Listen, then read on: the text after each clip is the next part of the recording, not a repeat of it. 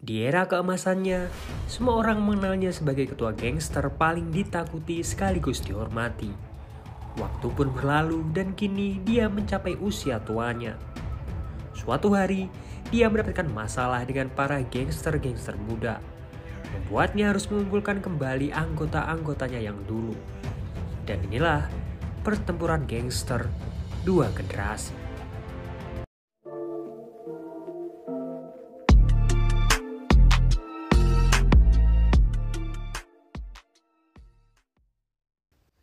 Film dibuka dari seorang pria yang terlihat mencuri dompet seseorang. Setelah mengambil uangnya, pria itu membuang dompet tersebut. Dari kegelapan, terdengar suara lelaki tua yang memintanya mengambil kembali dompet tersebut. Karena ini wilayahnya, jadi jika ada barang bukti yang ditemukan di sana, pasti dia yang akan bertanggung jawab. Pria itu kesal dan ingin menghajar lelaki tua itu. Tapi saat melihat wajah lelaki tua itu, si pria langsung pergi. Lelaki tua itu bernama Lau Pao atau orang sering menyebutnya Mr. Six, yang merupakan ketua gangster paling ditakuti di eranya. Tiap harinya, dia berkeliling tanpa tujuan di sekitar wilayahnya. Meskipun mantan gangster, tapi semua orang menghormati Mr. Six karena kebaikannya. Mr. Six selalu menjunjung tinggi kesopanan, keadilan, dan tanggung jawab. Suatu pagi, terdengar suara keributan antara polisi dan pedagang di sana. Pedagang di sana menolak untuk ditertibkan dan polisi itu memukulnya.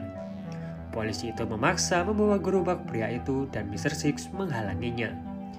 Dia dengan santai bilang untuk jangan terlalu keras ke pedagang, karena pedagang itu juga punya keluarga untuk dinafkahi. Polisi itu beralasan bahwa pria itu tidak punya izin berdagang di sana, dan lagi lampu mobil polisi tadi ditabraknya. Mr. Six selalu mengambil jalan tengahnya. Dia meminta pria itu menyerahkan gerobaknya. Lalu Mr. Six juga membayar ganti rugi untuk kerusakan lampunya. Petugas polisi pun pergi karena merasa semua sudah beres, tapi Mr. Six menghentikannya. Semua sudah beres tapi urusan pemukulan tadi tidak. Jadi Mr. Six meminta pria itu membalas pukulan polisi tadi. Sekedar info bahwa pria yang dipukul polisi ini mantan bawahannya Mr. Six. Jadi dia dulunya gangster. Dia bernama Deng Zhao. Makanya mendengar perkataan Mr. Six untuk memukulnya balik membuat polisi itu ketar-ketir. Deng Zhao hanya terdiam. Mr. Six selalu bilang bahwa Deng Zhao ini orang baik. Karena jika tidak, dia akan langsung memukulmu. Jadi untuk kedepannya, jika polisi melakukan tugasnya di wilayah Mr. Six, dia memintanya untuk tenang dan tidak menggunakan kekerasan. Setelah polisi pergi, Mr. Six berjanji akan membuatkan gerobak baru untuk Deng Zhao. Esok harinya, Mr. Six membuatkan gerobak baru untuk Deng Zhao. Di sini, Deng Zhao menanyakan keberadaan Bobby, anaknya Mr. Six, yang lama tidak terlihat. Mr. Six juga bingung di mana keberadaannya, karena dia menghilang sejak 6 bulan yang lalu, bahkan tidak bisa dihubungi. Tiba-tiba terdengar suara perkelahian. Deng Zhao berusaha menghentikannya, tapi dia lagi Mr. Six. Deng Zhao merasa anak-anak muda sekarang ini senang sekali membuat masalah. Dia takut Bobby nantinya terkena masalah juga.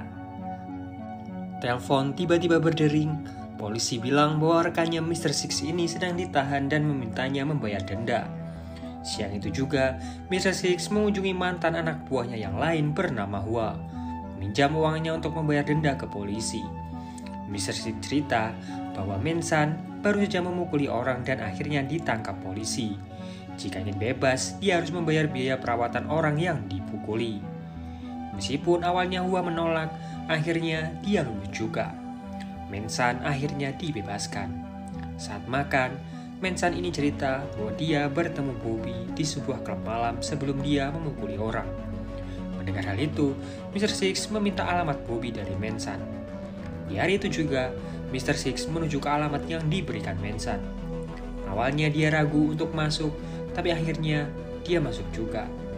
Tapi bukan Bobby yang membuka pintunya. Mr. Six bingung, dia mencoba mencari Bobby di setiap sudut rusun itu. Pria yang tadi terus berkata kasar ke Mr. Six dan memintanya pergi. Mr. Six yang kesal mematahkan jarinya dan memintanya berbicara sopan. Mr. Six lalu menanyakan keberadaan Bobby. Pria itu bilang bahwa Bobby terkena masalah. Beberapa hari yang lalu, Bobby pulang dari klub dengan keadaan penuh luka dan terus bilang akan balas dendam. Gak tahu kenapa, kemarin segerombolan orang datang dan menculiknya. Yang dia tahu, saat di klub, Bobby menemui pacar barunya. Nah, pas diculik ini, temannya mengikuti dan merekam saat Bobby ditanya keberadaan pacarnya. Dan Bobby harus membayar kerugian mobil yang digoresnya.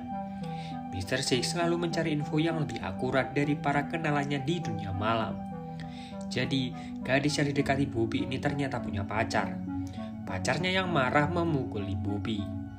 Nah, Bobby yang punya temperamen tinggi membalasnya dengan menggores mobilnya yang ternyata sebuah Enzo Ferrari. Nah, Bobby diberi waktu 3 hari untuk mendapatkan uang ganti ruginya.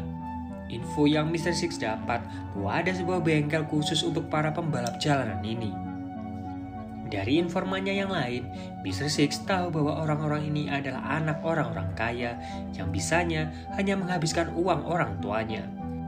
Dengan uang, mereka bisa membeli kekuasaan. Geng mereka disebut 12 Master.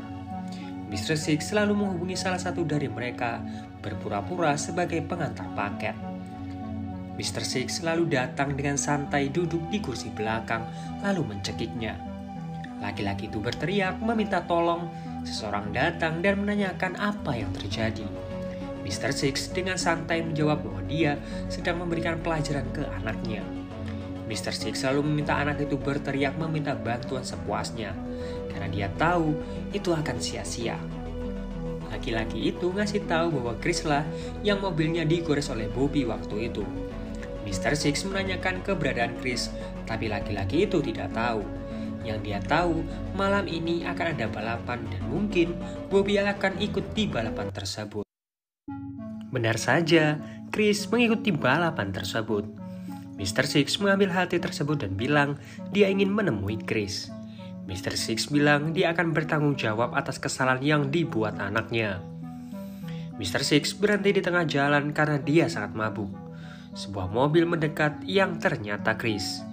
Tapi setelah melihat Mr. Six, Chris malah pergi. Esok harinya, Mr. Six makan dengan rekan-rekannya. Dan Zhao menyarankan Mr. Six untuk menghubungi polisi.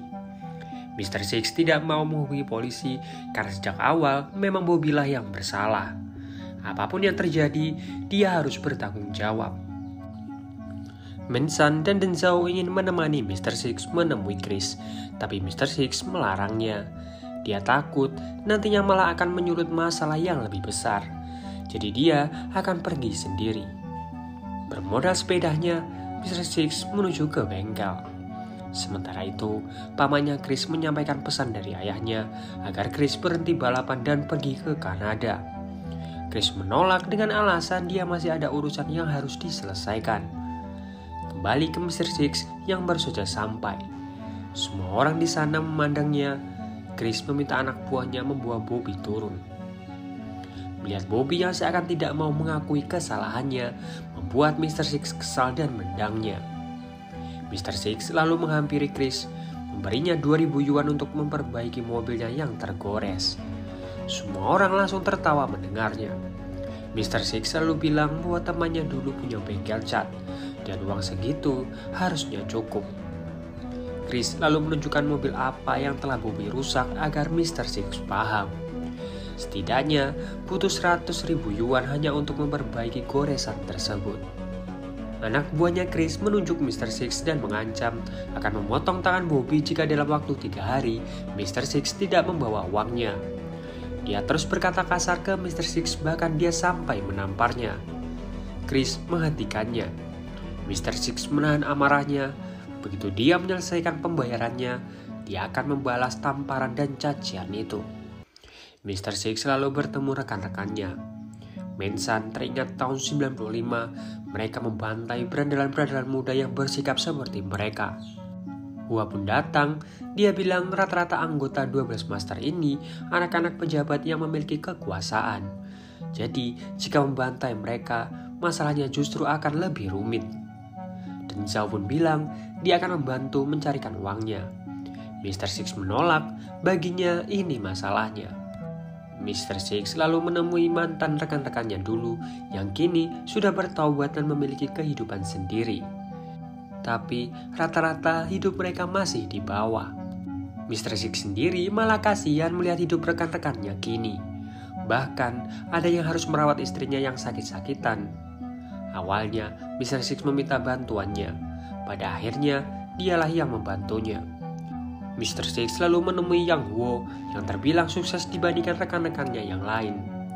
Ketika Mr. Six datang, dia sudah disambut dengan keangkuhan Yang Huo yang merasa hidupnya sudah di atas langit. Dia menanyakan alasan Mr. Six menemuinya. Melihat keangkuhan Yang Huo, Mr. Six bilang dia hanya ingin bertemu. Yang Huo lalu berpamitan karena dia ada janji bertemu dengan orang lain. Mr. Six kesal dan bilang Yang Huo yang sekarang bahkan sudah berani meninggalkannya. Yang Huo langsung terasa tertampar. Yang Huo lalu memberikan uang ke Mr. Six, tapi sikapnya yang angkuh masih kentara. Mr. Six pun pergi tanpa membawa uang itu. Mr. Six sangat kecewa dengan sikap Yang Huo yang saat di atas malah merusak persaudaraan mereka. Dia mengingatkan ketika di atas bisa saja sewaktu-waktu dia terjatuh. Saat pulang, seseorang berusaha bunuh diri dengan melompat dari atas gedung. Orang-orang melihatnya sebagai tontonan dan terus meminta orang itu untuk melompat. Mr. Six merasa heran akan orang-orang zaman sekarang. Seakan rasa empati mereka sudah musnah. Tiba-tiba Mr. Six tergeletak. Mr. Six terkena serangan jantung. Dokter memintanya untuk dirawat di rumah sakit, tapi Mr. Six tidak mau. Hua tahu Mr. Six sangat bekerja keras mencari uang itu, bahkan sampai tidak memperdulikan kesehatannya. Dia lalu menyerahkan uang hasil menggadaikan salonnya. Mr. Six bilang dia akan menggantinya dengan rumah miliknya. Hua menolak, yang terpenting setelah masalah Bobby selesai, Mr. Six harus dirawat di rumah sakit. Esok harinya, Mr. Six menyerahkan surat-suratnya ke rumahnya Hua. Mensan ikut menemani Mr. Six ke bengkel. Tapi ketika sampai di sana, dia malah melihat Denzhao yang mendempul mobil milik Chris. Denzhao ini khawatir Mr. Six tidak mendapatkan uangnya, jadi dia berinisiatif memperbaiki mobil itu sendiri. Chris pun datang bersama rekan-rekannya. Mr. Six menyerahkan uangnya, tapi salah satu anak buahnya Chris melihat mobil Chris yang didempul. Denzhao masih berkelit bahwa dia mengerjakannya dengan rapi. Anak buahnya menutup bengkel tersebut. Mensan siap membantai jika diperlukan, tapi Mr. Six mencegahnya dulu. Chris yang kesal hanya terdiam, tapi anak buahnya yang satu ini malah nyolot dan terus memaki Mr. Six. Mr. Six yang kehabisan kesabaran mematahkan jari-jarinya berulang kali lalu menamparnya. Anak buah Chris yang lain tersulut amarahnya. Mensan melepas jaketnya dan mengeluarkan senjatanya. Dia dalam mode bertempur. Denzhao dari belakang juga sudah bersiap. Chris yang tidak mau ada pertumpahan darah mencoba mencari jalan tengahnya. Dia menghormati Mr. Six. Tapi dia yakin setelah Mr. Six mematahkan jari anak buahnya, anak-anak buahnya yang lain pasti tidak terima. Denzhao lalu menyarankan untuk memakai aturan lama Beijing. Dan waktu seminggu bawa orang sebanyak mungkin untuk saling membantai. Pemenangnya adalah dia yang bertahan di akhir. Mr. Six pun menyetujui hal itu. Jika dia menang, anaknya akan dibawa dan dia hanya akan membayar 100.000 yuan. Tapi jika pihak Chris yang menang, dia akan membayar semua biaya kerusakan mobilnya Chris. Seminggu lagi, di sebuah danau beku, mereka akan bertarung habis-habisan. Mr. Six menyadari akan sulit untuk mengumpulkan anggota-anggota gangsternya yang dulu karena usia mereka sudah tua. Tapi hanya ini satu-satunya cara menyelesaikan masalahnya. Jadi Mr. Six mencoba mengirimi mereka surat satu persatu. Dan benar saja, mereka semua menolak surat tersebut. Yang masih ada di sisinya Mr. Six cuma Denzhao dan juga Mensan. Mau gak mau, mereka bertiga lah yang akan menghadapi kelompoknya Chris. Hua menyarankan untuk menghubungi polisi, tapi Mr. Six melarangnya. Dia sudah sepakat bahwa di permasalahan ini tidak ada campur tangan polisi. Tiba-tiba, Hua ditelepon oleh Bobby. Pacarnya Bobby mengembalikan uangnya Mr. Six dan memintanya untuk tidak datang ke pertempuran itu. Pacarnya ini meminta Bobby untuk berbaikan dengan ayahnya. Bobby kembali pulang dan dia diborgol oleh Mr. Six. Hua menenangkan Bobby dan Mr. Six yang bertengkar. Dia melihat uangnya dan menemukan sebuah berkas. Karena merasa tidak penting, berkas itu pun dibuangnya. Hua menjelaskan ke Bobby bagaimana Mr. Six ini berjuang untuk menyelamatkannya, bahkan sampai menjual rumahnya. Mungkin dia nampak keras, tapi sebenarnya dia sangat menyayangi Bobby. Bobby pun luluh, akhirnya mereka berdua berbaikan. Sambil menangis, Mr. Six ingin Bobby memiliki masa depan. Bobby berencana membuka sebuah bar. Malam itu, mereka minum-minum sampai benar-benar mabuk. Mr. Six dilarikan ke rumah sakit karena terkena serangan jantung. Yang Huo datang ke sana membayar semua biaya perawatan Mr. Six untuk meminta maaf. Dokter menjelaskan ke Hua bahwa Mr. Six harus segera dioperasi. Kalau tidak, nyawanya akan dalam bahaya. Hua berusaha menjelaskan ke Mr. Six, tapi Mr. Six menolaknya. Dia beralasan tidak ingin tubuhnya dibedah. Jika dia harus mati, ya memang karena sudah takdirnya. Alasan sebenarnya, dia ingin menepati janjinya untuk bertempur di Danau Beku. Sebuah prinsip bahwa laki-laki selalu menepati janjinya. Mr. Six pun kabur dari rumah sakit. Hua berusaha menghentikannya, tapi dia tidak bisa. Mr. Six dan Bobby lalu kembali ke rumah. Tapi saat sampai di rumah, keadaan rumah sudah acak-acakan. Bahkan burung peliharaan Mr. Six ini dibunuh. Mensan merasa ada yang aneh dengan masalah ini. Gak mungkin mereka seperti memprovokasi dengan mengacak-acak rumah Mr. Six tanpa alasan yang jelas. Dan Zhao menanyakan mungkin masih ada masalah yang belum diceritakan Bobby ke mereka. Bobby bilang dia tidak memiliki masalah apapun. Mr. Six lalu kembali pulang bersama Bobby. Di tengah jalan, Bobby merasa tidak asing dengan beberapa orang yang melihat mereka. Dia yakin bahwa orang-orang ini bawahannya Chris. Mr. Six meminta Bobby untuk segera kabur dan meminta bantuan. Mr. Six lalu turun. Pamannya Chris datang menanyakan sesuatu yang mereka ambil. Mr. Six bingung, tapi pamannya ini hanya diam dan meminta anak buahnya menghabisi Mr. Six. Bobby yang mencari bantuan mendengar suara ayahnya dipukuli pun kembali. Pamannya Chris ini menanyakan kembali di mana barang yang mereka ambil. Bobby langsung dipukul sampai dia koma. Sementara itu, Mensan dan anak buahnya menyergap bengkel milik Chris dan merusaknya. Tapi terlihat bengkel itu sudah ditinggal. Mr. Six datang dan meminta Mensan menghentikannya. Mr. Six meminta Mensan untuk tetap tenang. Dia akan mencari tahu apa yang sebenarnya terjadi.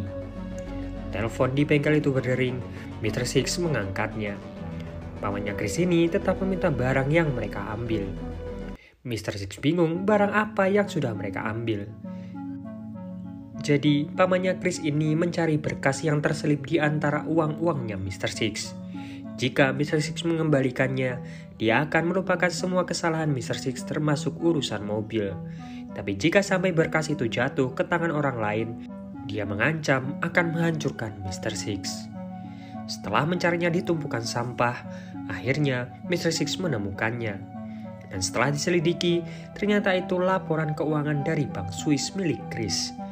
Hua menduga bahwa ayahnya Chris ini mencuci uang dan disembunyikan di bank Swiss. Hua meminta Mr. Six untuk tidak melaporkan hal itu ke polisi, karena dia yakin orang-orang ini punya kuasa. Siang harinya, Mr. Six dijemput anak buahnya Chris. Chris meminta Mr. Six segera menyerahkan berkas itu, tapi Mr. Six memintanya untuk menyelesaikan masalah satu persatu. Apalagi Bobby masih koma di rumah sakit. Chris lalu menawarkan sejumlah uang untuk biaya ganti rugi ke Bobby, tapi hal itu langsung ditolak oleh Mr. Six. Akhirnya, Chris pun mencoba menawarkan aturan Beijing kembali ke Mr. Six, mengikuti aturan Mr. Six di awal. Jika Mr. Six menang, dia bisa membalaskan dendamnya Bobby dan melakukan apapun dengan berkas itu.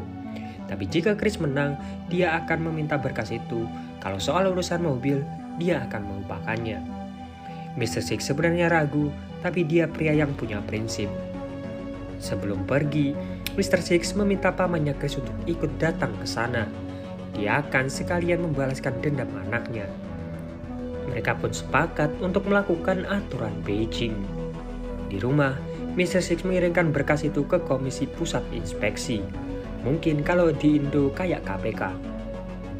Melihat Mr. Six membuat Hua, Mensan, dan Denzhou merasa iba, apalagi dengan kondisinya yang sekarang.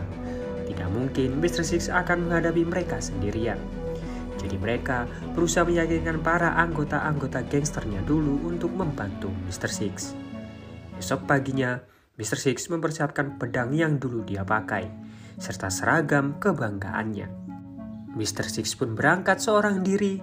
Dia teguh pada prinsipnya dan akan menepati janjinya, meskipun harus menghadapi mereka seorang diri. Beberapa saat kemudian, dia sampai di danau. Dari kejauhan, dia melihat Chris dan anak buahnya yang tidak terhitung. Semua itu tidak membuatnya gentar. Mr. Six tetap berteriak ke mereka untuk memulai pertempuran itu.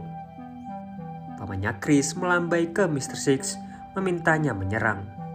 Mr. Six membuka sarung pedangnya. Dengan gagahnya, dia berjalan di tengah danau yang beku. Semua anak buahnya Chris hanya tertawa, merasa bahwa Mr. Six ini orang bodoh, sendirian menghadapi mereka. Tiba-tiba, semua anggota gangsternya Mr. Six dulu datang. Mungkin mereka sudah menua, tapi rasa kesetiaan mereka tidak pudar. Mr. Six menolak, dia takut dari kubunya Chris akan ada yang tewas kalau anggota gangsternya ikuti pertempuran itu. Mr. Six pun tersungkur menahan rasa sakitnya.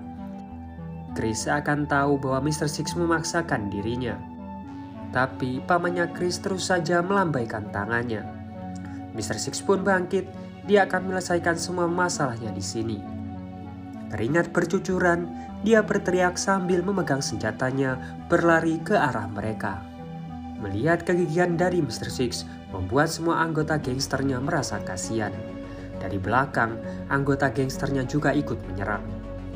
Mr. Six pun tergeletak menghembuskan nafas terakhirnya. Chris meneteskan air mata melihat Mr. Six. Bukti itu sudah sampai di KPK dan ayahnya Chris ditangkap. Chris juga ditangkap karena ditemukan bukti bahwa dia pernah menabrak 2 orang sampai tewas. Dan Bobby yang sudah sadar benar-benar membuka sebuah bar. Anggota gangsternya Mr. Six juga dibebaskan dari penjara. Gak diperlihatkan bagaimana kondisi anak buahnya Chris. Apakah mereka menang atau kalah? Jadi kalian tentuin sendiri endingnya seperti apa. Dan film pun berakhir. Nah, itu tadi alur cerita film Mr. Six. Banyak pelajaran hidup yang bisa kita ambil dari film ini. Bahkan prinsip-prinsip hidup dan kesopanan yang sudah mulai pudar di zaman sekarang. Seperti biasa, like kalau kalian suka, dislike kalau enggak, subscribe kalau belum. Sampai jumpa di video yang lain. Dajum.